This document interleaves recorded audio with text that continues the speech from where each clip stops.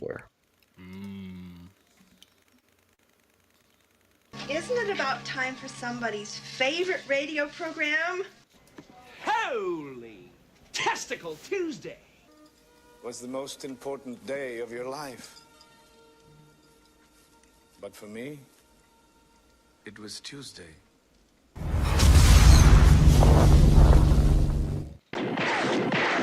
So now the wolf has a wolf pack.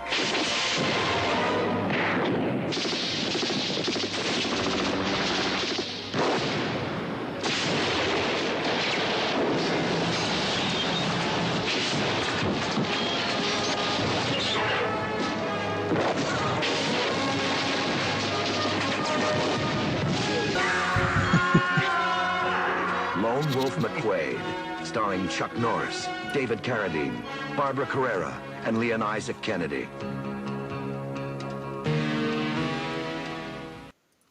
Ghost in the Shell is the next generation of animated feature entertainment.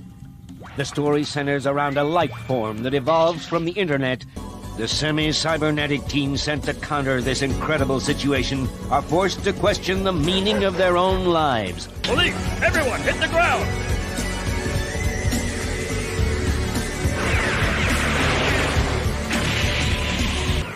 With production values exceeding the legendary Akira and a gripping storyline, this picture represents the leading edge in the new animated entertainment genre. Ghost in the Shell. Released theatrically worldwide, fall 1995. He's like the beta movie guy. Boy, do I have a surprise for you. In a world we couldn't afford the real movie guy. We got this guy.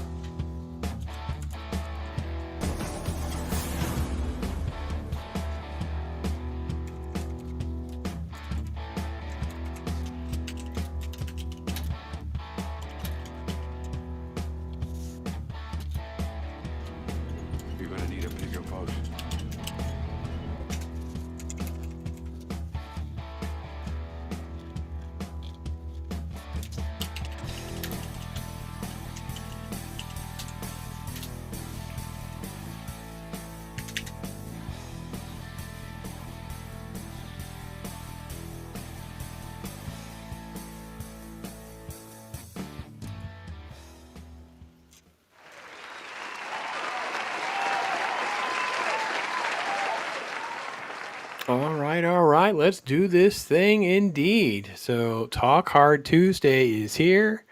Ghost in the Shell is one to talk about indeed. So, it's a good one. It's going to be fun. Ironcaster is representing. He's got the rain, he's got the shades, he's got the fill.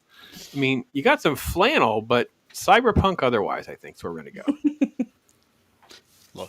Look, I just have to be comfortable in, like, the cyberpunk dystopia, in which I don't quite know if I'm human or not. All I know is I will be comfortable. I think I love the fact that we need to have a scene in the cyberpunk story to write where you flip out a suitcase and it's all full of flannel shirts. That's great. It's fantastic.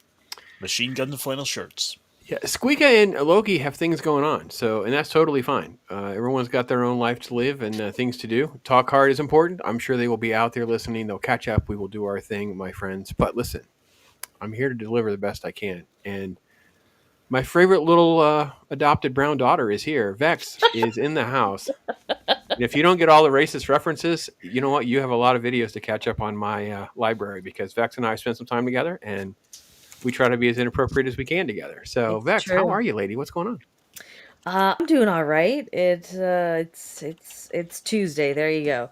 I'm excited to kind of dive into this movie though, because like I was saying in the backstage, it's the first time I've watched it in 20 years. And as an adult, I pick up a lot more on it, though. I think it warrants still one more rewatch because there's a surprising amount of depth in a movie that's not even an hour and a half long, which is pretty crazy. Yeah. 82 minutes. I think I'll stand by I did a rewatch here on this channel before. I think it's sort of a spiritual sequel to Blade Runner.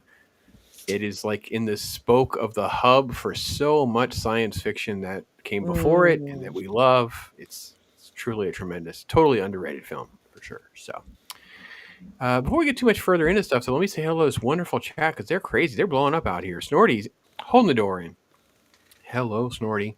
Saying hello to all of us critters out there. And Awesome One's here. Great to see him. It's always doing good, man. Always fun. There's the man, the myth, the legend himself.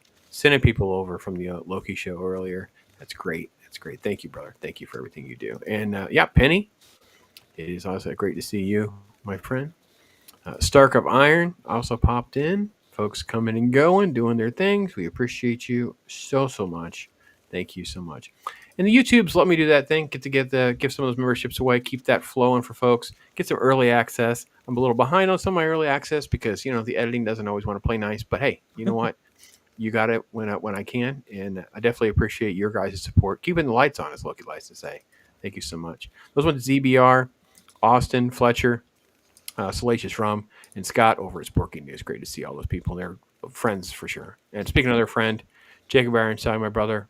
Great to hear from you, man. Great to see you out there hanging there yourself. I'll just put a link in there, folks. If you don't have a copy of this, I don't pimp very often for movies. Yeah, I'm going to pimp for this one, man. I'm telling you right now. Amazon's got a little link. I don't know what's going on with the little face thing there on my screen, but it should be okay there. But yeah, 4K copies are like $16. So not too bad. Not too shabby, shall we say. Keely Chow popped in. Great to see Keely Chow. Roll Tide, I know. They throw that around a lot. I don't say that much because I'm a Florida guy. And, sorry, folks. You get your hurt around Gainesville if you start going Roll Tide. Claude's here. Great to see Claude. Christian is in the house. Hey, bonjour, my friend. Great to see you, brother. Great to see you. I think Luis is also here. I miss Luis popping. There she is. Luis Sparrow. Folks that have been with us from the get-go, man. Adega, talk about the crazy doc himself. Yes. First anime purchase. It's a good one. Great way to build a collection. It's a good one. Lester as well saying, on the days when things so hard to get, and if you can get your hands on it, bragging. Yeah, I know. It was hard. It was tough to get a copy back today. I never will forget like the first time people had seen this movie, like taking the old VHS around to folks. Hey, you never seen it?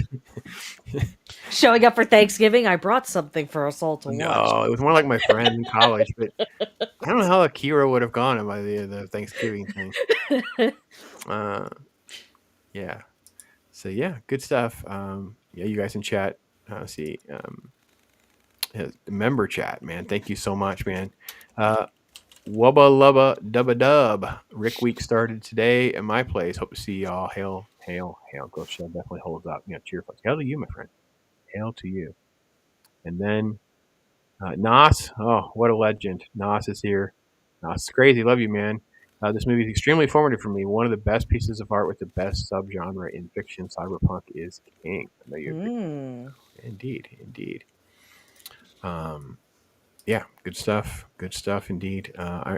Jacob says that for everyone, it's the most important of their day, but for Vex, it was Tuesday. Well, that should be a fun. We should figure out how to make that clip. I'd play that and roll that up in that intro.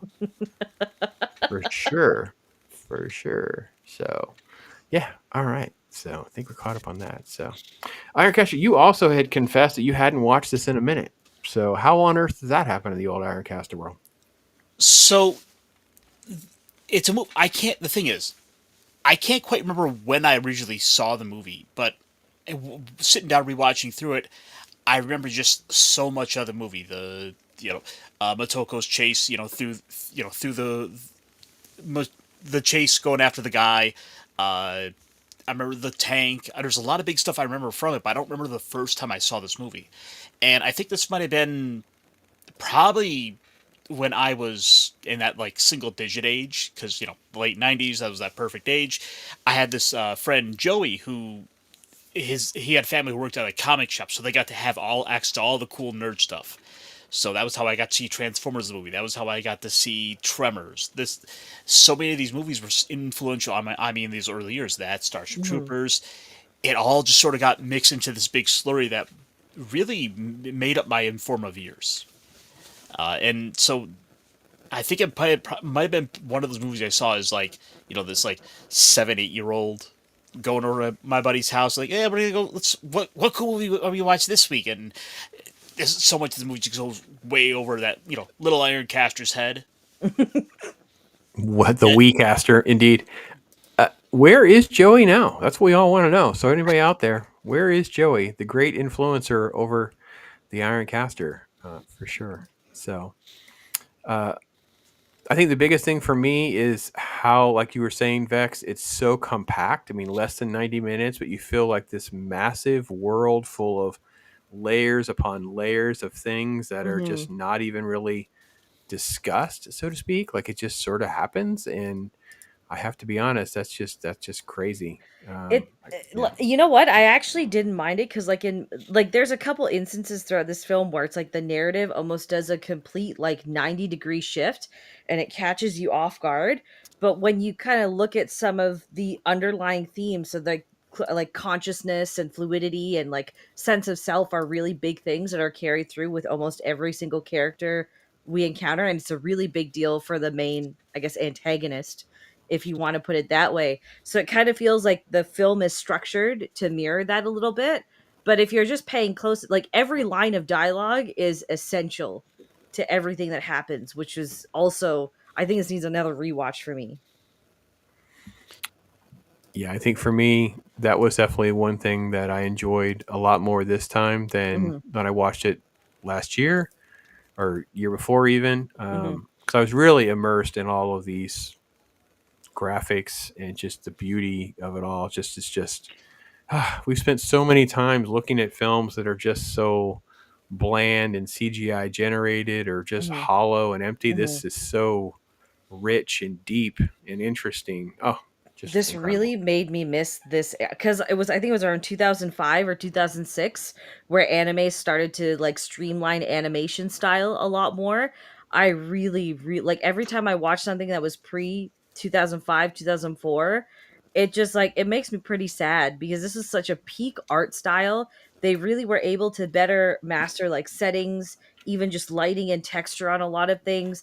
The color palette is pretty amazing in a lot of regards in this film too, which is something I didn't catch on to when I watched it that first time as a child, but it mirrors a lot of that kind of lack of identity as well. Cause as we see this world unfold, behind the story that we're following with Madoko. Thank you, Motoko.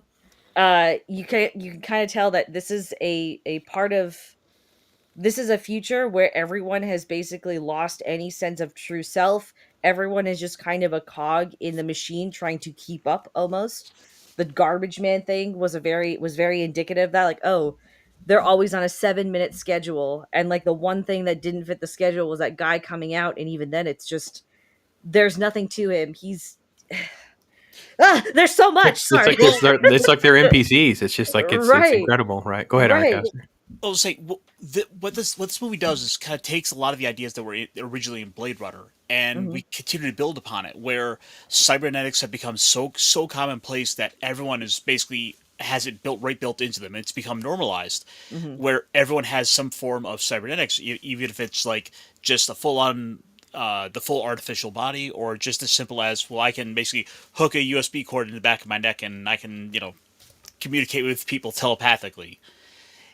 Can I make a hot take? I'm really sorry in advance. I still haven't seen Blade Runner. Oh boy! Listen, you know what? We should do you watch Blade Runner and then come on with me. We'll do a first watch, your reaction to it, because I haven't actually done an official video on Blade Runner on my channel. Okay. So I would love to have that conversation with you. That is a movie that's pretty deep, though. So who knows how long we'll talk? I know it's essential cinema, and it's a lot of people say oh, that is 100% Ridley Scott's best movie, over even Alien. But there's so many versions, and I never got around to it. It's not that I have an aversion to this genre. I just never got around to it. Well, if you're gonna do that, you might as well reach out to Geary. Yeah, maybe. Pop Culture Minefield, because he's one of the premier guys on the internet for Blade Runner. Great. Wow. Yeah, and Gray Wakazashi's Tea House is another. They're down that rabbit hole for sure. I think even Neuroporeal's like that as well. So. All right, let me address this nonsense over here for a second. Nas, You got your Watto video last year for Star Wars Day. And my response was, listen, I will do a video for Star Wars Day about Watto, which I thought I delivered. And I said, and I think I stand by it, you would have to pick another character. Now you've waited too long. It's Tuesday. We don't do the videos for credits. Only money. Yes, real money has to be delivered long before the days. You can't wait till Tuesday before the show. Like, so I don't know what to tell you, Nas. I can't promise you anything special this year when it happens. So. Dang. First introduction anime, Dragon Ball Z, Gundam, and Ghost in the Shell. Great way to start. Great way to start. It would have been that right around the same time all the stuff's hitting. It's when it's really starting to hit the shores of the United States. It's starting to get pushed out internationally. It was legitimately like the best time, that like late 90s, starting to get all this stuff because it's so radically different than everything else we had. I mean, you have you could have Bugs Bunny, fooling Elmer Fudd and all the silliness. Maybe you get the occasional, you get a little bit of Batman or Superman, but then you turn on, you're flipping through the channels, and you see Toonami, and you start seeing these guys like flying through the air, screaming, their hair is glowing, shooting lasers out of their hand, just screaming, getting more excited, more and more, angry. There's nothing quite like that era. When you have no frame of reference for realizing just what you're watching, then you turn the channel. You have these big giant robots, and then you turn it again. Now here's this cybernetics. You get Aeon Flux, maybe Akira. Let me ask you, you guys bring up the animation stuff too. Does that count for Ghibli Studios as well? Because to me, it's like Ghibli? Okay, Yes. Ghibli Studios and stuff that's pre-2004 seems to be a pattern of what I tend to like. I know that is total anecdotal stuff because I am totally the anime noob compared to most people in our circles. But if an Ironcaster can judge, that's probably the best way to assess how I've come down on things. If it's around that era. So I just didn't know that was the benchmark, was around 2004 and 5 when most animation styles changed as well. I didn't know that affected anime. The big thing that happened there as well was just that a major streamlining of the process. Everyone kind of went away from the more traditional cell shaded or cell framed animation to getting more computers brought into it. And even then, there's a bit of an issue going into it where you have that big initial push to put it in and to do everything onto computers, and we haven't quite worked out the kinks, but it's slow. It takes some time to get a lot of that worked out. And one of the series that I believe did a pretty good job of that at first. Great series, agreed. I love the fact that the lawnmowers are literally right outside. But so if you don't know, Vex, there's a thing that Ironcaster circles where there's like they soup up these lawnmowers and race them around, and it's just they're practicing in your front yard. I guess you got a little too close. Oh, I mean, hey, Pops, we have video we could show just to kind of give people an example of the stuff I have to deal with here. I think it's wonderful. I'm thrilled. I'll be happy to share. So when you have it ready, I'll go ahead and do comments while you're pulling that up. A good film knows how to make use of what little time. So a great amount of time. What you were worried about is what time is it or when it's over. Yeah, no, I agree, Lester. This is incredibly compact, just so fast, and just almost too much. I'm with Vex. You feel like you just got to watch it again because you feel like all these things. So. And there's also a show that came after this that was great, Standalone Complex. Oh, okay, cool. All right. Let's see if we can get this to do this and put this over here. All right, show everybody, Ironcaster.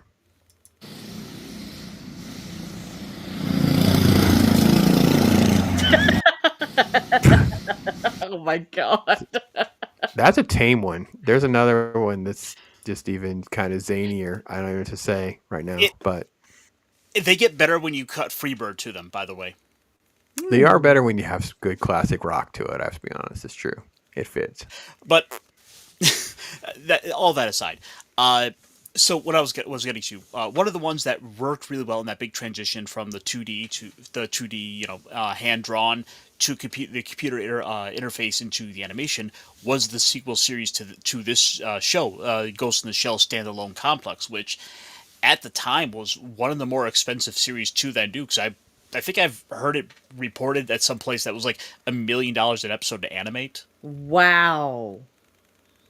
or maybe the whole series cost $1 million. It was the Oh $1 million gosh. line was thrown around with it. Wow. Wow. Jacob said, I think it's real hard to animate hand-drawn animation. You got people putting their blood, sweat, and tears. I think all animations like that. I mean, just it's so visceral. And again, all of the comic book industry, if all you have to do, I mean, my poor wife. Oh dear Lord, I don't have blood. God bless her, because we'll be laying in bed. I'm reading a comic book on my phone or something like that. Or I think most recently we walked in at Ollie's and someone bust open the plastic thing, which you're not supposed to do. So I grabbed some random 90s comic. I said, I'm just going to rage. I just opened it up. I know what the art looks like. So I can't even get eyes on my characters in 2025. But this is what I had 30 years ago. And it's like this intricate, detailed art in some 50-cent comic book that is worthless today. And it's like, it's gross. It makes me irate. No wonder I don't have hair. It's all I say. Should know. Yeah. Incredible details.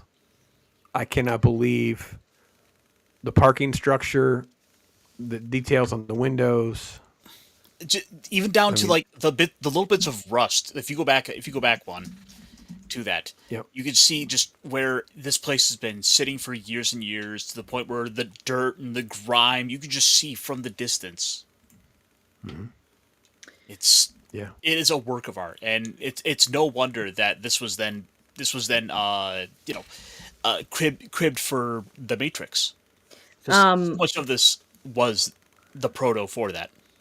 So I looked up what the budget was for standalone complex for the entire series. It was just over, so it's 800 million yen, which translates to about $5.5 million. Oh, wow. Yeah, it was not a cheap one. Not a cheap one, no.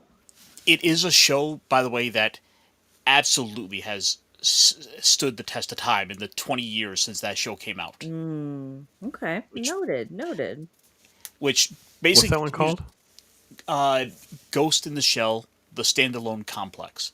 And Standalone Complex, okay.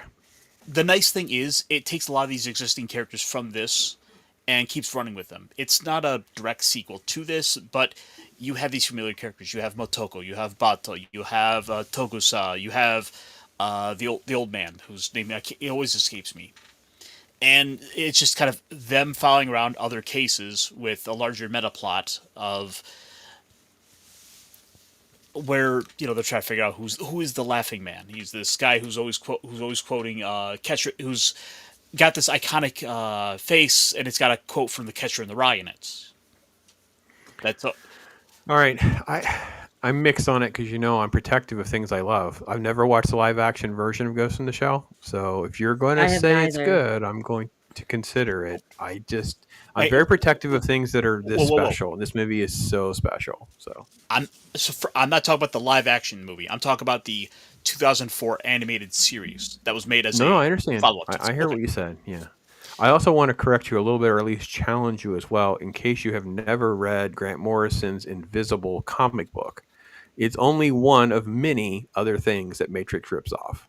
So imagine taking Ghost in the Shell and some of these other things like Invisibles and others, throw them all in a blender. This is why the Wachowskis in a lot of inner circles don't have any respect, because people have kind of saw through the fact that you guys spent 10, 15 years making this sort of like script salad that turned out amazing and broke some technological advancements, but then you had nothing to show for it when they pressured you into writing 2 sequels that you were not equipped to do because everyone was on to you. So yeah, that's sort of the industry backstory behind the black. Well, it's what was manifesting in the industry during the Matrix phenomenon. Like everyone was blown away, fair enough, but then the people in the industry, comic book circles, sci-fi nerds like myself, we were slowly but surely unpacking, wait a minute, this kind of element, and you started to see, and listen, I didn't make Matrix. Who am I to say? But, I don't think I think it was no surprise that sequels were going to bomb, basically. So oh, hail Zax. Hey, brother. Great to have you in the house. So what do you guys think about with with this movie and how well it holds up today, considering all the advancements in technology we're seeing. We're seeing the rapid advancement of AI as becoming a more tangible thing that's directly in your pocket now. We're Hmm. starting to see pushes from Elon Musk to do, the Neuralink chips to, be able to put cybernetics into people's brains to help them control their bodies. There's so much of this movie that we're starting to really see into the current day. I Go I ahead, mean, Zach. it's pretty spot on with where we're seeing things. Honestly, most of the like cyberpunk or futuristic kind of films I've seen or TV shows I've seen are pretty spot on to where we've been going. Just like the timeline is maybe a little bit off, like how we're supposed to have flying cars by now and whatnot. But I think this still rings very true today. If anything, it kind of rings true in like a bit of a different way. So like just going back because like again, identity is such a big thing in this film. I think that's unintentionally proving itself in different ways. So right now we're kind of in that era where a lot of people are basing their identity and self-worth of over off of their social media influence or kind of footprint, right?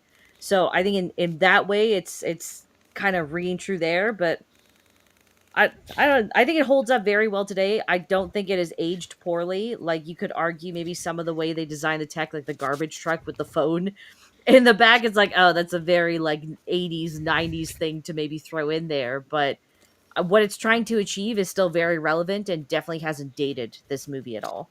I would say, if anything, this movie's actually a little too short. I feel like I would love to get maybe an extra, like, 10, 15 minutes just to kind of expand more, because I really wish we could get it and chew into the larger meta commentary, the plot. That's kind of, it's there, but it's just, in a lot of cases, it's under the surface. Could Like, you like expand a little bit more? Like what would you want 10 more minutes on? oh, that's the thing. I'm not quite sure what exactly to do, because I feel like ultimately you need that initial sequence with them chasing after the puppet master to set up a lot of what's going to come. But so much of it is just sort of forced into the background for the action sequence of chasing him down before we can get into a lot of the commentary around the artificial intelligence, about the idea of what is the ghost. There's a lot of elements like that they throw out, but they don't linger on enough to lay out more and kind of play with for audiences. Okay, I get kind of what you're saying. Like personally, I actually didn't mind that they left all that in the background a little bit and kind of focused on the upfront stuff because it just builds, I guess, the more like philosophical or even metaphysical elements that they try to play with. So yeah, I actually like. I think this film was the perfect length, and the fact that it managed to pack in so much, even in the meta, I actually didn't mind. It kind of feels like if you had given it that time to explain things a little bit more, it would have destroyed a lot of the symbolism and even some of the more like overarching motifs that this film tries to present. I like that it keeps Yeah, things ambiguous enough that you can make your own interpretation out of it, but there is still a very right. steady through line that you can follow. There's enough ambiguity about a ghost in a shell and some implications with the debate about a soul and and of course the way it ends with questions about what is being human and is it only basically about reproducing because is that just your DNA and can we just Mhm. so it really just does lend itself and I feel like I could see a few more minutes, but it's going to be like a little line in the lab scene here might be helpful or it might be but I think we're dumbing it down for because those are the I think that what they would do though is they're just giving us fill in stuff that most people could pick up. And if they don't pick it up, then I'm sorry to tell them, it's not for you. I don't tell them, it's like, and I Pretty don't, much, yeah. yeah, I think that what you said is a better solution. It's like, okay, we have a series that follows up that really spends some money and spend some time showing some other adventures of characters that you've loved from this. That would be, I think, the better way to go. Like a TV show that you could get it's like kind of what these stupid streaming shows are supposed to deliver. It's like, okay, now you get some time to spread your wings and show us some more context, give us a little bit more, stay very truthful.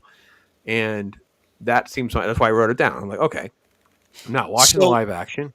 You Ironcaster's teasing me that this little show is an expansion of the world a little bit, that is what I will sign on for. So, And the thing is, for myself, in kind of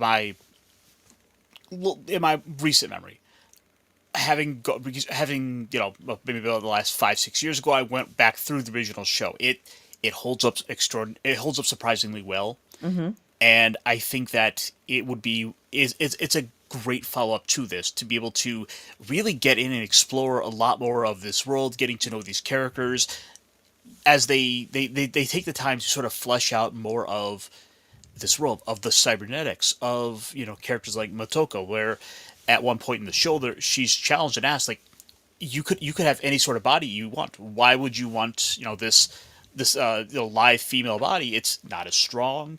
It's you're treated differently for it.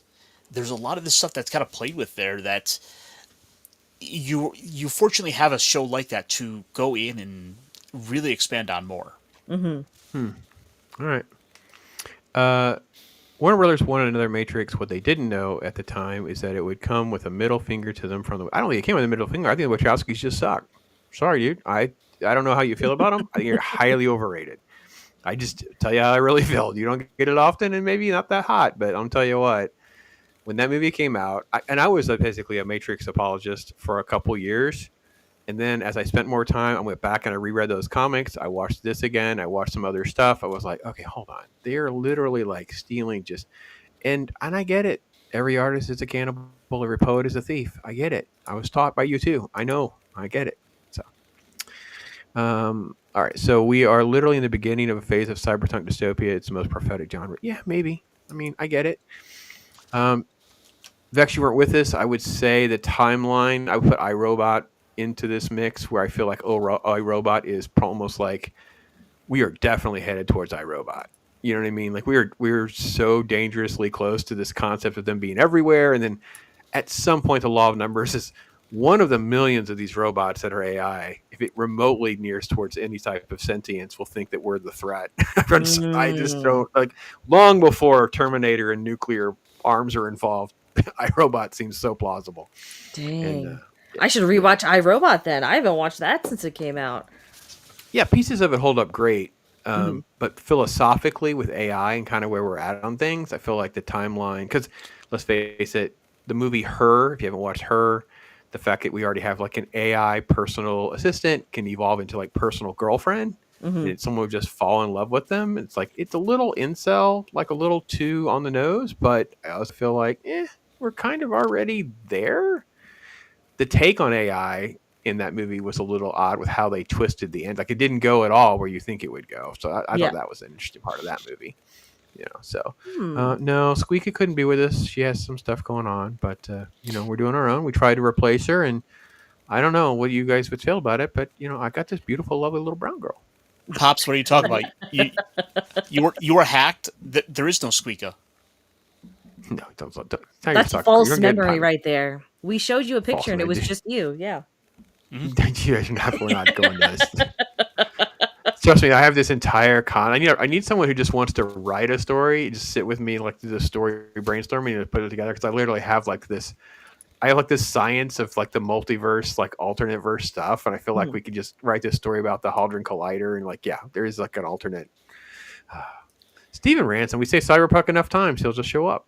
It's great. It's awesome, man. Great to see you, brother. But by the way, that scene where they're interviewing the garbage man, and they're just like, like you've been living by yourself for 10 years. This is like, what do you see in the photo that you were trying to show your friends? It's just him.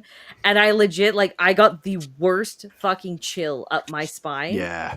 And like, I felt my eyes starting to water because like, I cannot imagine the feeling of just knowing this entire, like, you are a flesh and blood person, but someone has implanted such like deeply connected and core parts of your life in you, and to just have that ripped away from you in seconds. In a way that no one, So this could be an area, Ironcaster, where I'd agree that we could get we could get 2 or 3 more minutes out of this sequence, because we could have a more establishing shot with them in the room, them knowing a lot more than him, but he's very fidgety. You know what I mean? It's like 5 seconds of him fidgeting and them in the room, and the audience could see the picture before he's that. So it is truly another terrible movie with AI concepts. Don't Worry, Darling. It's this horrible, crazy, crappy movie. But conceptually, that you live in this sort of like virtual world, it's sort of like another weird version of the dystopia type. Because Ready Player One feels like an adventure and fun time. What if it's not? What if you're trapped in some 1950s sitcom and you don't know? It's like, or what if you're a garbage man who's living in a 1-bedroom apartment because you have this fake memory that your Right. family's been ripped away from you? It's like, wow,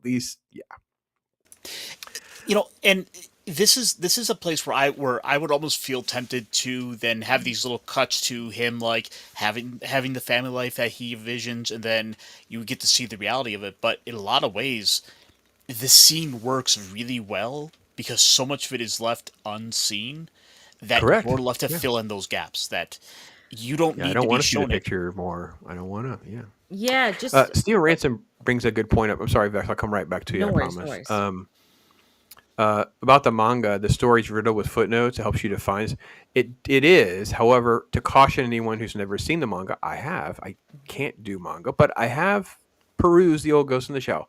It is definitely more zany and lighthearted. It is a completely different style and approach, less philosophical. It's got a lot of differences. So this is another one of these. The movie is sort of like lightning in the bottle. We should just thank the makers that we got it, because it's not a direct manga interpretation. So, sorry, Bex. Interesting. Go ahead. Oh, no need to Mhm. apologize. No, just to add on Ironcaster's thought as well. Like, again, like the fact that we get this is probably like the most emotional and most like human grounded moment in the entire film.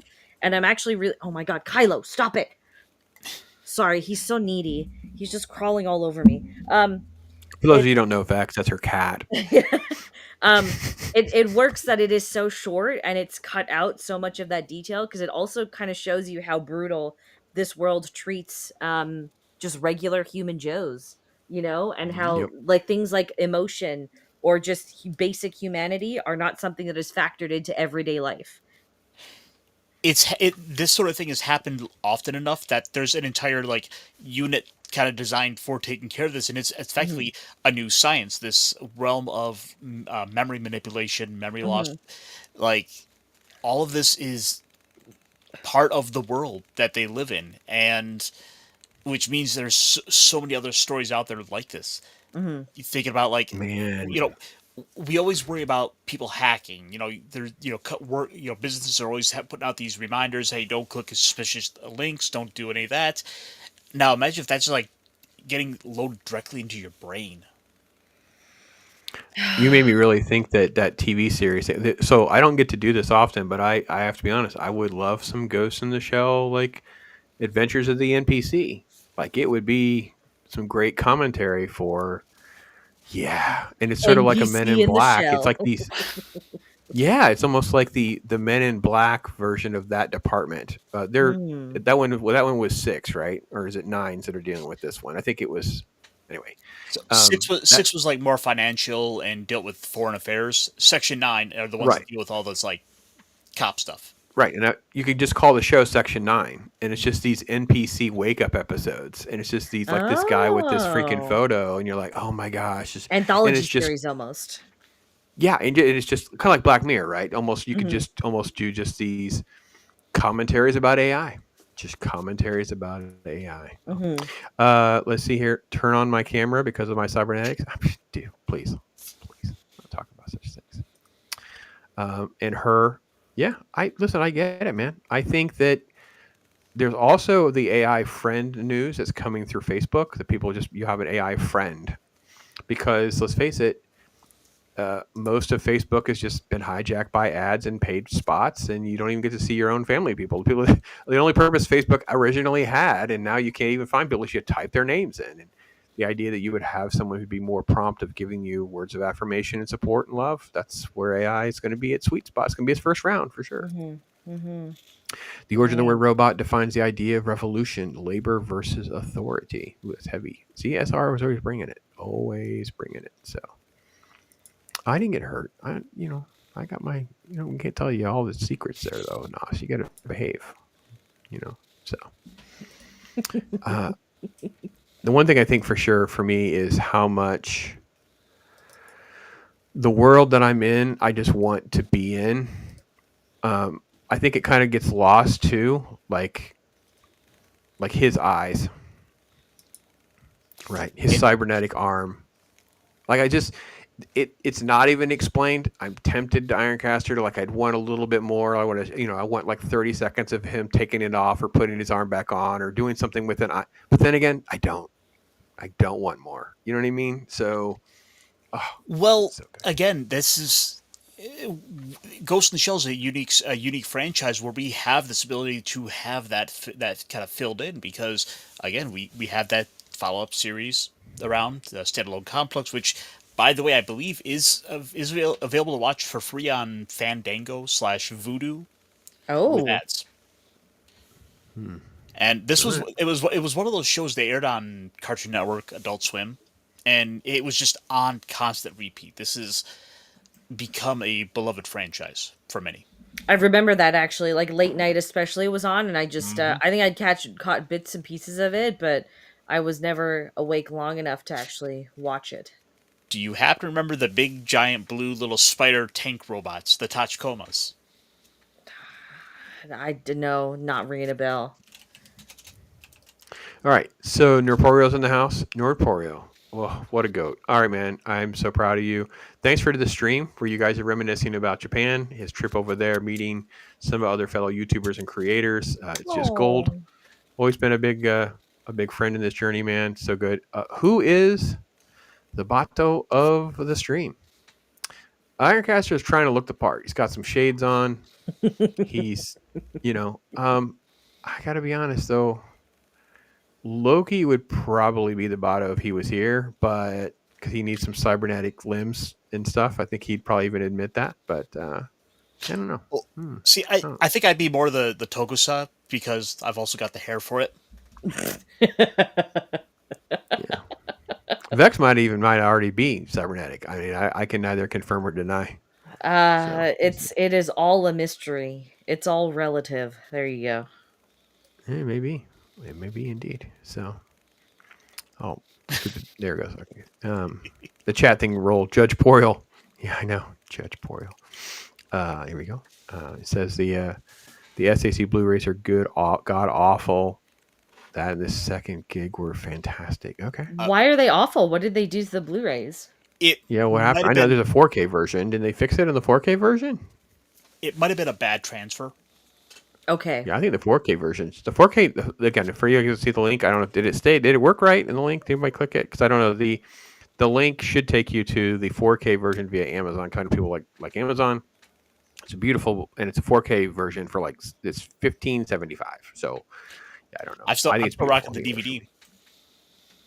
Dude, well, you know what? Hey, there's no shame in that. If you go over to your Vudu account, you can pay like $2 and you put it on your digital, and you get your upgrades that way. I went to Japan to watch this. That's dedicated. Yeah. Mm-hmm. Let's see here. If you like quoting philosophy. All right. Sorry, has anyone seen the second movie? I thought what I did was one of those deaf mutes. Okay. I'm just curious if it it at least lives up to the expectations set, not just by this film, but by the series as well. I've never heard. I mean, Norporio, is it good, or could you say if you like quoting philosophy, isn't really a movie for me? So, I've always heard mix on that. Like it's so word vomity and heavy, it doesn't feel like it's a true sequel. So I don't know because I know this guy's the writer is obsessed with quoting the Bible and philosophy. And fine, and I know all the word salad that's in some of the. That's what Stephen Ransom was referring to earlier in the manga with all the world building, but that doesn't always translate to a film. So gotcha. Steve Ransom is absolutely right there. There's a lot of great filler episodes in the show. Like, there's an episode that's literally just where it's just nothing but people sitting in a chat room and talking, and you're basically on the internet in this virtual chat room with the people with their avatars, and all they're doing is just talking There's no action, but it is one of the most engaging episodes of the show. Okay. Okay. It says very heavy. All right. If It I watch it anything, it'll probably be the series that Ironcaster recommended. So I'm going to stick with my original gut instinct there, it Norporio. So was it was a show where you would get where there's this larger overarching plot about this bomber and who went and took out like a minister, and you'll get an episode that has a lot of plot related to that, and then we'll have 2 or 3 episodes where we're off having other police procedural adventures in this cybernetic world, and then we'll come back and we'll have another episode that relates to that original plot of trying to figure out who is the Laughing Man, and then we'll go off and have more adventures. Okay. So one of the things that I also want to give the show credit, the film for doing is just not wasting our time. It this is just a frivolous, person in the street, the cops in the background, different thing, beautifully drawn. You know what I mean? Like this could be on the wall, and people are like, "What is that from?" Because it doesn't yell "Ghost in the Shell," No. but it's a beautiful piece of art. Just Agreed? yeah, no, totally agreed on that same, like, because there's a ton of shots just randomly where you can just take it out of context and that could be on your wall, right? They're going through the abandoned city chasing Mhm. that dude, there were a ton of instances where, like, man, you could just take that and put it on a wall. On terms of just the human things, I don't know if you guys noticed this as well, but when we have like more human or like less cybernetic characters on screen, the color tones tend to shift to warmer. And when it's just our robot fellows, then you go back to kind of that very drab, monotone, bluish hue on top of everything, including the backgrounds, which I thought was a nice way to contrast. Because, like, what's her Motoko? Is Yes. that her name? Yeah, because when she has that conversation with what's his face on the boat after she's gone diving, it says all, "Am I like I don't know what version of a cybernetic I am or an artificial person I am. Is the real me even alive?" So there's this whole there's a little bit of a, even though we know she's not a real human, like she herself still questions it a lot. So it's how even the lines are blurred both on a small and larger scale in terms of what is human and what isn't. Right. Yeah, I think that this is. I don't know. Maybe I'm getting older, and I feel that it's even deeper or heavier than even Blade Runner because I feel that they do a good job of me understanding there's like layers that people would be transformed by the cybernetics. Like I felt like the replicants, it's like an all or nothing. You're either a replicant or you're not a replicant. That's kind of the premise of Blade Runner. This feels like an evolution of how far someone could be transformed. They have some sort of brain cells left. They have some sort of There's no actual line. human. Yeah. Well, in addition to that, you have a further kind of blending of what we would largely see as modern technology. The internet and how that's connected to everything is worked Mm-hmm. into this in a lot better way, a lot more accurately. Mm-hmm. I mean, yeah, we could kind of point and laugh at the cell phone and the garbage truck, but isn't that what our cell phones are now? They're able to monitor and track your vehicle wherever it goes. Yeah, Yeah, I that's have true. to be honest. Yeah, I think that I kind of gave them a little bit of forgiving nature on the how that age because of how it all maps and tracks. Like they have to have more like a landline tracking or whatever, not something independent because they're just literally monitored into these like few second intervals for stops and such. And and there's another piece That's a that should. I mean, great image. Yeah. I guess if you've seen the movie, you probably would know. If that was a piece of art on your wall, holy cow, what a thought-provoking conversation starter that is. Like, Hmm. what is this? Yeah. Oof. Where is all the original art? Oh my gosh. Also, just in terms of the humanity aspect, good use of nudity. I know, like, you could argue that might be bordering on like a little bit crude, but it does kind of show. Again, it's like sexual attraction and that kind of thing is a very human thing to respond to, right? And we see, is it Bato, the guy, the buff guy? Yes. Yeah. Yeah, we see Bato, like you can see his human component come out when she starts getting out of her wetsuit on the boat Yep, he kind of turns deal. away. So it's the nudity has a very specific purpose in this film, and I do appreciate it for what it's trying to say. Well, I mean, it goes to further indicate and push that she is human, that he treats her as such. He will Hmm. cover her up, unlike the puppet master, who's just an object, isn't a person, and yet it seems to have an artificial intelligence to itself. He doesn't consider that thing to be human. He doesn't consider it to be alive, so he's not Hmm. going to worry about the nudity thereof. Gotcha. Okay. Yeah, that's great. I'm the puppet master, her royal. All right, I'm not sure. All right. Pops is a nude He's an. woman underneath all of this. There you go. I wouldn't be streaming to people if I have the boobs. I mean, I don't want to alarm you, but that's the. I'm out. Folks, go I'm check his out. only pops. People will be like, "Well, he was a YouTuber until." Oh, that's it. And He then he starts got a growing one day. great set of tits. Make an anime about it. Yeah. Yeah, you guys are throwing me for a loop. I can almost say I got speechless, but my thought was back on this shot, but we went down a rabbit hole.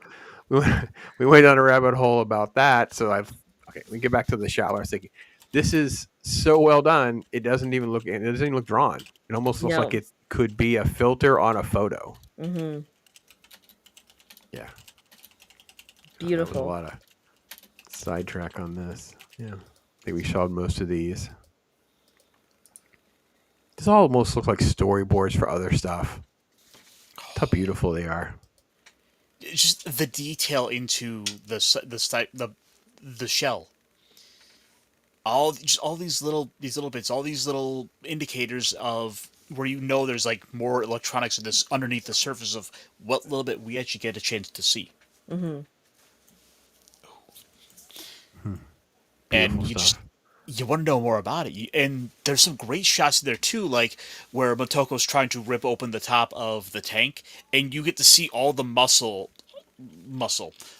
and all that starting to tear and rip as she's forcing this thing open. Eventually, What did you guys think even- about that scene? Because I think that her ripping at the tank lid, and she's just literally just ripping her own arms off and tearing her back open and stuff. If I have to have a criticism, that's maybe my biggest criticism. I felt that was the weakest. I don't want to say weakest, but that was the one part I like the least, I guess. And I don't even know Why do that you I can say that? totally define. Oh, okay. Sorry. I'm not sure. I feel like she wouldn't. She would know her own strength. She either would be able to do it or she wouldn't be able to do it. It's almost like feeling like the Terminator. It's almost like the immovable rock theory. Like, it's just going to push on the rock so hard it just damages itself. Like, I don't. Okay. She seems like she'd be smarter than that. She knows enough about her own capabilities and I don't know. I felt like I had remembered it wrong because I felt like she also was getting shot during that scene, and that's why she was, tearing apart more. But that isn't really how it plays out. So, look, if that's the biggest criticism and that probably is my biggest criticism. It's a very mild criticism in the grand scheme. I'm not even really trying to throw shade at it. I'm just like, yeah, it's kind of, maybe, I don't know. And again, I really haven't thought too much about it. Like I really analyzed it or anything like that. I think it's funny how in the moment, I wouldn't have liked the swimming and stuff but as the movie unpacks itself and it actually delivers on setting stuff up and I love it all. It's beautiful. Just while you're on this shot, there's a lot of instances where water carries a lot of symbolism and a lot of weight throughout every scenes, right? So like when she's diving here, there's kind of that delve into like her subconscious and her kind of confronting the unknown. It also is kind of symbolic of the human part of her that is still left over versus like what really is, sort of. So she's seeing a reflection of what's left over. Then like but oh, go ahead. Sorry. oh, but But then also to kind of pair off of that, we see in the movie earlier in the film where they're making the bodies, and you're seeing it being lifted up and floating through the tubes and all that in a very similar Right. way. That's the artificial. This is the biological. Right. And it's like also like kind of a contrast and like transformation, and even like this is her rebirth from a human to a cybernetic instead as well, right? And then even just like we see rain show up in the film a lot on top of that, and it's kind of like how everything in this world one way or another is connected to technology. It's technological in some way, just like the rain kind of hits everything when a cloud comes over. So I there's a lot more that I was able to pick out of it, but I just know like over and over and over again water was a recurring theme, like during that big chase scene too. Mm-hmm. Yeah. Right, he you see him run through the abandoned city. There's puddles reflecting all of the city. When he's jumping on the boats too, it's the water that they try to use, like the watermelon, the fruit juice, to try and get him to stand out. And when she finally corners him out on that actual open set of water, it's just her shadow that you see while she's camouflaged. So I like, it was just a really like, oh god, it was a great way just to contrast how like natural versus unnatural this version of humanity had become. The Major is a cybernetic version of maternity. Her body is always forfeit. Her body is always forfeit. I like the fact that it. Okay, so here's a take. You guys tell me how to play with it. Okay. The new Battlestar Galactica and how it ends. I feel like this delivers on the concept of the AI, one of them becoming more maternal, one of them seemingly being more paternal, to figure out a way to perpetuate its species if we treat it as such. And that didn't work for me in Battlestar. Battlestar seemed like it was like just made up, godlike. It felt so fake and phony, and just a horrible ending for that show. I didn't like the ending. But in this, I felt like, Puppet Master is sort of like a young man and she's like a young lady, and there's some sort of way of having their programs form something different now. And now this is new entity that's downloaded to this new shell, and just happens to be a young looking girl because we can get at the black market, which is still extremely funny to me, Yeah. because it could have been anything. And then it is, I don't know. I want to say beauty, but I think that if you could put yourself in the place of the cybernetic organisms coming to some sort of sentience, Mhm. if I could just figure out how to replicate myself, or in a more genuine way, like however these humans and other organisms do, then that would be the best way to become real, or at least alive, or whatever, like in a physical way, not just intellectually. And I feel like this really nails that conceptually. So, And that's like the whole purpose of the puppet master, we learn, right? mm-hmm, By the end of the film. yeah. So, oh, okay. I can't speak on the Battlestar Galactica because I don't watch Oh, you that, ever watched but it? Okay. no, Yeah. no. So I don't know the exact parallel, but I do see where you're going, and so yeah, I do kind of Yeah. agree with that thought process in terms of this Ghost in the Shell. Yeah, because the Puppet Master spent its whole time being like growing into the godlike version of the AI from like Mhm. an iRobot, or it becoming like this, less malevolent, less malice form of Skynet. Like, it was like not interested in just killing and murder. It was just in everything. It was just learning and growing and whatever. But it came to the conclusion that, well, real existence, or me really being alive, is I have to have a way of perpetuating itself, Mhm. reproducing. And I It's can't just ironic copy myself. almost. Correct. Right. Yeah. Yeah. I can't copy myself. That's not really, I'm just copying myself. It's a clone. So anyone can make a clone. That's just software. Just pull out the disk and put it in another robot. That's fine. Mhm. But no, if I have to merge with someone else's software and we make new software that run that, and that's kind of where and this is why it's so much more of like, or it feels like a sequel to Blade Runner, because it's like the replicants felt like they didn't know what to do. They felt confused by like how to move forward and stuff. Like this seems so much more clever. And there's another, man, talk about a cultish film. I don't know if Ironcaster, you had a chance to see it over on Tubi or not. It's that Android movie I was telling you about. It's like a total 84, 85 B movie. Actually, I'm probably being too generous. A D movie, like Roger Corman budget, like very low budget. Where's Nas? It's Klaus Kinski's in it. And it feels like they're on a, like he shouldn't be doing the experiments, and it's this android thing, and they're obsessed with sex because they're trying to figure out how to carry on. It's not really explicitly well done. The movie's kind of a mess, and it's so low budget, it didn't really have chances of going anywhere. But conceptually, and some of the things that they do, it's like it kind of nudges in between. It feels like robots are evolving into new advanced forms, but they don't know what they're doing or why they're doing it. And yeah, so same kind of thing. Very interesting. Definitely in the AI boom that we're in the middle of. It's all fun conversation for sure. Sorry, what is this film called? That's called Android. Okay. Very cheesy, uber low budget. And I can't praise the movie. It's almost like mystery science theater at times. And it feels so creepy for the first like 3/4 to 80% of the movie. But then you start to understand what's really going on with the androids. You're like, okay, I see a little bit of what this character really is about and what's really happening. And I feel like it's another little pin on the AI timeline. And I just like it for some of those concepts, but it's not like I'm running out to rewatch it, and I don't really highly recommend it or anything. But it's just like one of those things. Like, it's there. It's on Tubi. It's free. Okay. Stephen again says she's reborn and doesn't know why it satisfies her. I love that. I love the fact that she just is almost like closed off at the end of the movie, where she's just like, okay, I'm just going to kind of go now.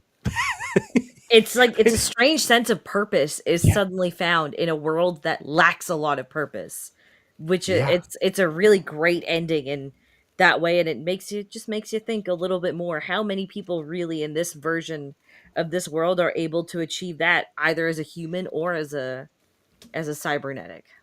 In both the mind is met up with the artificial intelligence, and she's also given a brand new body to boot as well. She's remade into a child, and so we don't quite know what's going to happen with this new entity. Being a child too is just kind of like it's the cherry on top, because you think of childhood and like us normal humans just like it's a chance to do everything fresh from the start, like it truly is a clean slate, but you get to explore that clean slate with all the knowledge that you had from your previous life kind of deal. So yeah, using a child is just the cherry on top of that ending. It's funny because it's like one of the things that's great about the AI conversation, cyberpunk in general, in some ways too, is because you end up with you'll get these weird memes and people will do these things. It's definitely clickbaity, right? Because I saw a celebrity do this the other day. Like, what if you woke up in 1985 or something? I mean, that's probably before you guys were even born. But for me, it was like, first off, I'd have to figure out what class to go to because I wouldn't remember my class schedule to figure out where I'm supposed to be and when. But the answers you were supposed to have were like, would you invest in the stock market and blah, blah, blah. Mm-hmm. And of course, anything involving time travel for me is always like, oh, I don't know, guys, once you have children, it gets real tricky. So it's like, I wouldn't be able to go back before the children because I couldn't live with myself knowing that I made a whole world where the children are not here anymore. That would be almost like it almost would drive you mad. And again, that's a great premise for a movie, by the way. You accidentally try and travel past your children's births and it'd drive you insane because you're obsessed with trying to figure out how to get your children to be birthed, but you can't because they're very, it's one moment in time. Yep. Very specific one. Yep. Yeah. I was also going to just pull up like the promotional material, and I don't know. It is a miracle, by the way, because this was one of the films, maybe the only one or the first ones to be released in like US and Japan and UK all at the same time. They were really trying to make a big push with this movie. You guys can look that trivia up. That trivia is actually kind of out there.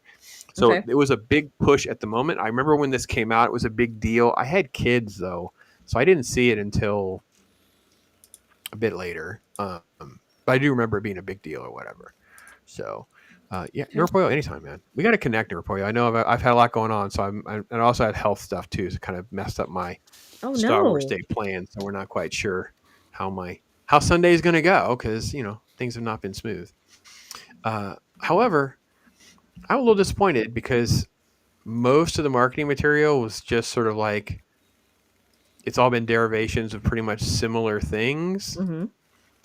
which was kind of disappointing when you think about I don't how remember diverse.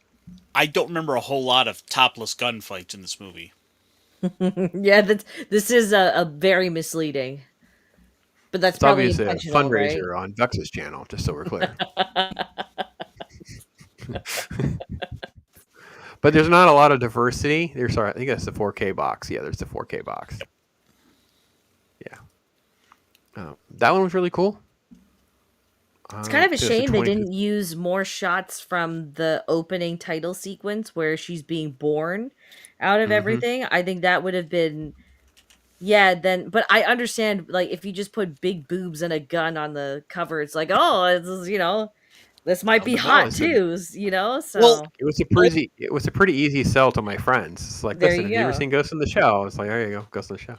well, I mean, Of course, I'm also like a total noob. I only really watched like 4 anime movies for many years. Like it's this and Akira. It's like, yeah, I don't know, guys. This didn't, boom into that all, but yeah.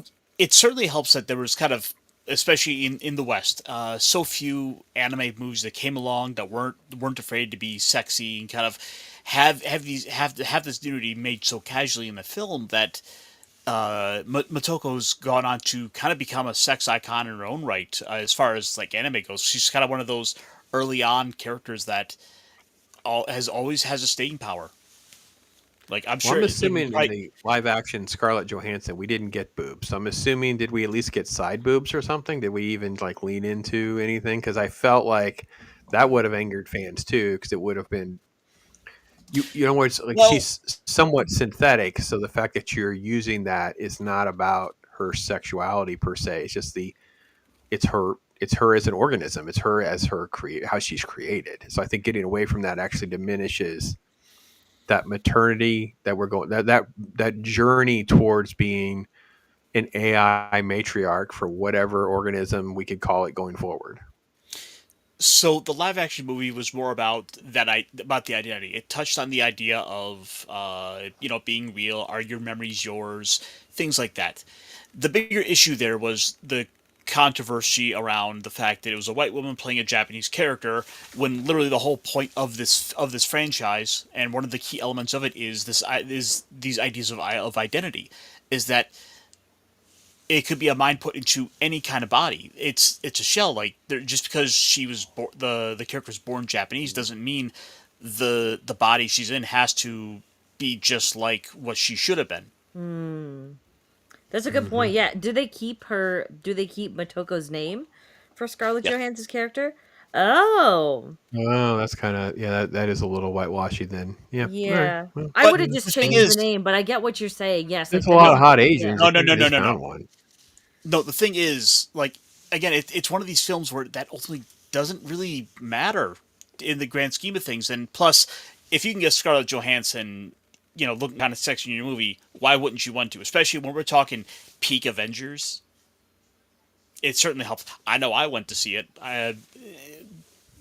She hasn't done any nudity though in film, right? I don't think she has. I don't Maybe know. a topless scene, but other than that, no. She wouldn't do it after she's become that rich and famous. And that's why you Probably, don't yeah. do it that way. Yeah. But also, I'm just Time thinking, travel. wasn't? Oh, sorry. Go ahead. No, go ahead. Finish your thought. We'll Oh come no, back I to was it. just wasn't the like the Western version like PG-13 or something too? Was it really? Yeah, I don't remember Oh, it having an no. R No wonder I rating. wouldn't So watch it. that Okay. would explain also the lack of nudity because oh, if there's boobs, then we won't make money, sort of deal. I mean, listen, I get it. I'm not, but it has to match for what the art that we're doing. Like you know what I mean? Like there's a certain way you handle it all, and yeah, I don't know. So Scarlett Johansson boobs would have made money though. Let's be honest. trust me. There's a Black Widow movie that should have been made differently. It would have made a whole lot Mm, more money. By the way, mm, mm. imagine Atomic Blonde, but it's a Black Widow movie. Like, at least we're closer to what it should have been. Just saying. Dang. Time travel, who's to say that? If you could alter history, would you be able to profit from an alternate history in the same way? Okay, so here's my take on this, by the way. So Pops gets to go back in 1985. Let's just forget about the kid stuff. Let's say I can go back and go forward somehow and not disrupt my principles of this. Okay. I would have to do things that would make sense for me. Otherwise, it wouldn't work, right? So I would go back to my 1985 self and make sure I knew you need to go buy every single Michael Jordan rookie card that you can find. Go find these comic books. Go find these. And because someday, you know what I mean? So I'd have to find things that I know, sure, it'd be nice to tell my younger self, buy in the Microsoft IP. Well, the younger self of me didn't have money for the Microsoft IP, but I would have had money to go buy that comic book or that trading card. Fair. Okay. So that would be, the strategy would be things like that. I would actually want to go back in time to witness moments rather than be disruptive. I think there would be a place for, I've always said the first phase of really cool time travel would be time travel vacations. You could go back and you could be somehow a part of like a rock concert or a certain, could you imagine, Ironcaster? We could go watch Star Wars on opening day in California, one of the first 32 theaters, not, hey, when Pop saw it, no, I'm talking about the opening 32 theaters, Chinese theater, Star Wars, or even better, 1976 Comic-Con when it showed in a little room with little chairs on a projector screen. That I would like to do. Time travel vacation. Pops goes back to watch the Holocaust. There you go. No thanks. Oh, thank you, Vex. You're welcome. I'm a Christian man, and he just wanted to see Jesus bleed out in front of him and did nothing. The setup did nothing. Yeah. Wow. This all went horribly wrong. I was gonna say going back to a time in which there was actual excitement for Star Wars, but that's certainly a place to go. I know. Vex made it really bad and awkward now. The show feels uncomfortable and dirty. Okay, what other terrible moments could we go back to? Hey, I know. Let's go back to Dallas. Let's go see Kennedy. Want to drive? See if I could ride in the passenger seat. I ride shotgun that day. I have enough medical knowledge. Maybe I can be in the medical examiner's room when they're trying to pretend that he's not actually gone. It's so ridiculous how long they waited before they enjoy the play, Mr. President. Mm-hmm. Maybe you're in flight school during September 2001. Who knows? Maybe you could be like a theater take. Be a ticket taker at like the Ford Theater in 1860. So yes, Mr. Lincoln, I'll take you right to your seat. Enjoy their film. Hope you enjoy the show. Oh boy, this stream went sideways.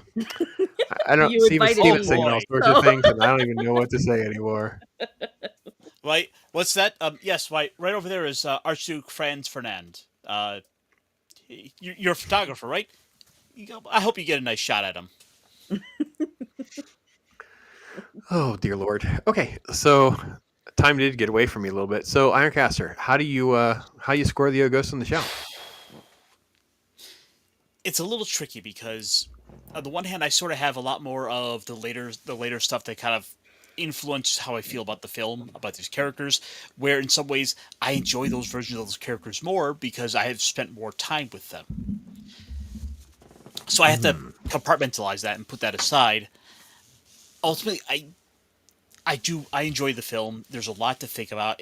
It's one where I walk away and I enjoy it more because I'm still thinking about it. It's got me going down little paths of thought of all these what ifs, all these different hypotheticals, going into a lot of questioning a lot of psychology.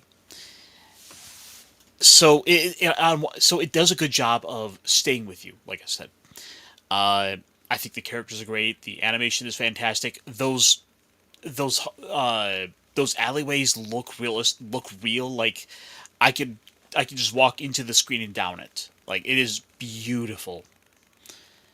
Plot wise, I kind of wish in some places where I was able to focus on a little bit more, but again, it's one of those things where we needed to really stop and build this all up. It's what I've kind of gone back and forth thinking about. Ultimately, I don't really have much in the way of complaints overall. Like, my largest complaints are fairly, minor, and I can even kind of hand wave those away. I'm gonna say it's easy 4-star, maybe even 4.5. Yeah, let's go 4.5. Yeah. 4.5 out of 5. Vexy, how do you want to score this, baby? I'm gonna rate this film. I think it needs a second rewatch before I can give it like a definitive rating. Sure. But for the time being, I'm gonna give it a solid. Oh no, Kylo, no. I'm sorry, dude. I'll give you food in just a moment. Sorry. I'm gonna give it a solid 8.5 robot titties out of 10. There's a lot that this film does really well. I very much like the building of the background environment. I like the artwork and style. I like the color palette. I love how much symbolism and both like subtle and overt imagery that the film carries. There's still a very easy through line narrative to follow, despite all of that. No! Stop that, please. Sorry. She's talking to her cat, folks, and not the Ice Agent editor. Well, the nice thing is also that so much of it feels especially relevant today. Yeah. Exactly. This is aged beautifully. Like there's nothing again, like the funny little things, yeah, you could point out, but that doesn't necessarily age the film. The philosophical questions of kind of self and identity, even worth to that extent, are still very real and very there. And there's so much that is just left to I guess haunt you in some regards. There are some very just kind of that just don't, you watch it and you're just like, oh, well shit. So yeah, this is a good, I think if I watched it again, it would probably go up to a 9.5. But for now, I'm gonna stick with an 8.5. Steven, I don't think we even gave some love for that soundtrack. That is so true. Wow, it's some good stuff. And Janet Banana, that's right. Lady, oh, so good to see you here. Send me a nice, I get an updated picture of the princess, please. The old God Pop needs to know what's going on. So, yeah. Awesome.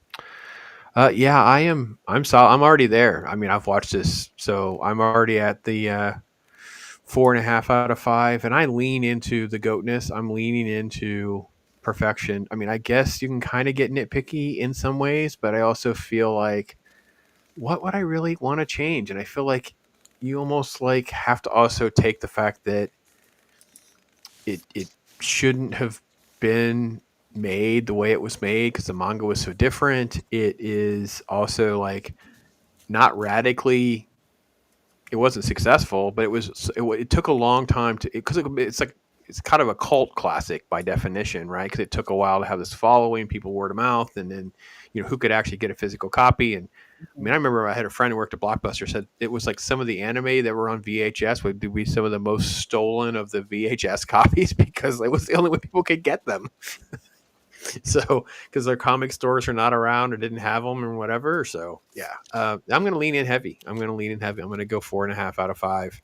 Okay. I'm going to go 9 out of 10. And it would probably not necessarily be maybe in my top 25. I don't know. It'd be difficult. It might be in the top. It's probably in the top 50. I don't know if it's top 25. Probably top 50. I'm probably being a little bit of a hypocrite though, because I probably should rewatch it more. I probably just don't. The problem is I don't think anyone else in my household would want to watch it. So it doesn't get the rotation it deserves because it has to be a lonely dog kind of watch. It's not like a family. It's not one that gets into the group watch. Mm-hmm. But well, you know what? very, very solid. Maybe when the grandkids get a little older, they start getting into those teenage years, you might be able to kind of nudge this one in then. Mrs. Pops ain't going to be down with the robot boobs or not, just so we're completely clear. And I mean, I am like, I got to be honest, the robot boobs is probably one of my criticisms in the sense of like kind of being a hypocrite because I'm like, we don't really need the boobs, but it's like how she's made. But if she was made without the nipples, it would be fine. It's like I get it. I'm torn, and I'm torn on like, all right, what about the one part? So, but it's all just nitpicky, minor nonsense. I just don't care. The thing is, though, the thing is though, it's not nudity for a sexual purpose. I It's understand. nudity that doesn't. That's really just part of the natural flow of things. It ultimately doesn't. It is ultimately isn't being done in a way that is exploitative. I agree with that. I agree with that. And I understand. I understand. So, um, the film is like The Shining. Yeah. I mean, I'm not. I so talk about an author who's not aged well for me. Used to love Stephen King books. Really enjoyed them for many years, and then it kind of went over the cliff. I think there's a book called Bag of Bones where it's about a writer who has writer's block and he has a safety deposit box where he gets these manuscripts that he'd saved up because he can't write anymore. And then he wrote Desperation and wrote another crappy ending and Aliens. And I'm like, okay, yeah, I think Bag of Bones might have been autobiographical and I've never been back. And the fact that he didn't like what they did with The Shining, it's always made me wonder. Yeah. I didn't like I'm the not a Shining book huge at all, personally. Yeah, I'm not a fan of the book, and I thought the movie was far superior. And I'm not even a Agreed. massive fan of the movie, to be honest. I'm like, it's Agreed. great for what it is. I don't really rewatch it or anything. I just like, okay, it's cool. I know what it is, and it is possibly in this October's rotation of ones I watch. I don't know. We'll see. That's a story for another day. Ironcaster, my friend, you gonna be on again here in a little bit? I will indeed. I'll be up over with well, I'll have to wait and see. T-shirt might have come down with a little bug of unspecified origins. Oh, So let man. me see how he's feeling. All right, well, sorry to hear that. Sending my best. Hopefully you guys are doing all right. Ironcaster will be on with me. We'll be getting that lone Wolf McQuaid video out. Hopefully I'll get it out on Thursday on time. We'll see. Hopefully get that first watch reaction from the old man. And kind of a second watch for Ironcaster. He'd seen it, but it's only been like in the month. He had just seen it, and then we kind of did our video. So that's that. So, but yeah, always make sure you're checking out that description and continue to rock and roll with this guy who he kind of talked about this on his Monday show. So a little bit of Ghost in the Shell was mixed in with some other stuff. He had some great guests on that panel. That panel was rock and roll, man. It's good stuff. So, I'm so Vexy, grateful the for those lady. guys. Vexy, what is going on with your schedule, the plan? What's going on? I'm live every Sunday at 10 a.m. Eastern on my channel. I did 2012's Dread this past Sunday. If you want to watch that. If I meet my super chat goals, we read sometimes cringy, dirty novels. They're Chat. really crazy stuff. Yeah, they're really cringe. Yeah, chat gets to pick though, right? I can't compete with those type of goals, so I don't know what to do. So I feel I have questions. Go ahead. Have you gone down the Tingleverse? Yes, actually, we've read several stories by Chuck Tingle. she's already past the Tingleverse, bro. That's like PG-13 compared to Vexland, man. Are you kidding me? Did you know there's a role playing game? I didn't. I'm very I didn't know curious that. Holy now. crap, Yeah. dude. Hold Wow. on. This world is so gross. Oh my god. Yeah. I'll find it for you. Okay, please. I don't want to yeah. know. Send it to Vex. I don't want to know. Yeah, but other than that, I'm just kind of burnt out on YouTube, so I haven't put out a pre-recorded video since December. I have 5 different scripts in the works right now too, so I'm getting there. I'm very slowly getting back on that horse, but in the meantime, yeah, I'm always live on Sundays at least to review something. Well, maybe I can get her into my once a month first watch rotation. Right? Get There like we a go, guest on yeah. once a month. Gotta and do we Blade just Runner watch something still. the guest has never seen before, so she hasn't watched Blade Runner. So we'll get her on for that. That's a huge banger of a one to kick off with. So yeah, I know, Steven, I know. Just the world's so gross. I don't know what to say. So Thank you for having me back on, Pop. So this was nice to oh, just discuss you the got movie. a hall pass. You can sneak in anytime. You let Oh, me know. thank you. You I'm do- so you do bummed that. I missed Vampire Hunter D. I thought, like, for some reason I put it into my schedule as May 20th, even though when you messaged me it was May 13th. And I panicked and scrolled back to make sure that I didn't glitch on you. Oh, But yeah, it was I just a messed up. miswiring there. Yeah, so because I love Vampire Hunter D. Oh, God, both of those movies I think are just ugh. If we ever Ugh. got if I ever got to the point where I was like full time doing this or whatever and did like a regular thing, Vex would be one of the people I would like co-host with. Like Vex has a playlist. Like our conversations are epic. Like it's just like time goes by like in 5 minutes with Oh Vex on yeah. there. It's Oh like yeah. it's nuts. And she took so one of the funnest clips that's never taken off, and I'm still shocked by all you people out there like Nas and Nurpoyo and you, Stephen Ransom, and Ironcaster, who's completely insane. She got out of me about the story about like the clown phobia that I have. So there's a whole clown phobia clip that's on my channel that no one talks about. And I'm like, yeah, it's nice. And Vex is to blame because we just went down that rabbit hole. So yeah. So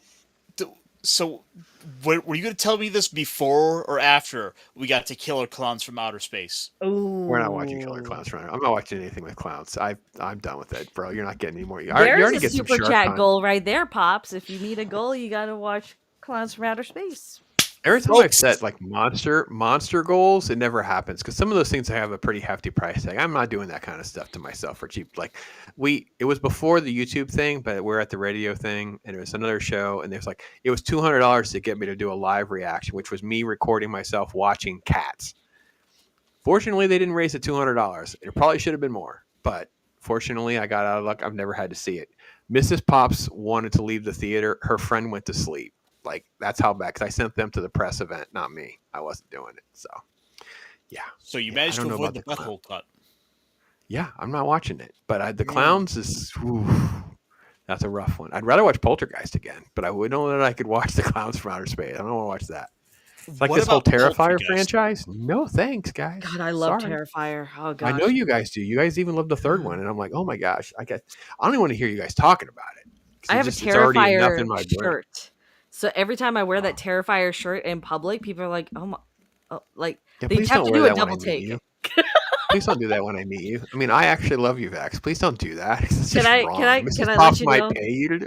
I'll let you know something else too. I bought an 18-inch replica Mark the Clown doll, and it's You currently did a sitting. statuette. Oh my god. Yeah, it's sitting on a chair in our gaming room right now in Florida. So maybe I'll just put that in the passenger seat when I come to meet you one day, and you'll just see it through the windshield. You can just stay in the car. You can just stay in the car. Well, folks, wow, what an event! What a day! What a way to go! Listen, folks, thank you so much for being here and hanging out. You chat, you guys are amazing. Ghost in the Shell is amazing, folks. If you've never seen it, I gave you a lot of reasons to go see it. There's a link there for the 4K. Go check it out, man. I don't get to like talk about the GOAT movies very often. This is one that I kind of put on that, even if it may be fluid on where it belongs in that circle. But yeah, this is a good one. It's a good one. So, but till next time, folks, you guys be blessed. Talk hard. Make sure you chill. Here's Bob Ross to show you how. Bob Ross, you'll never see me tripping. Got the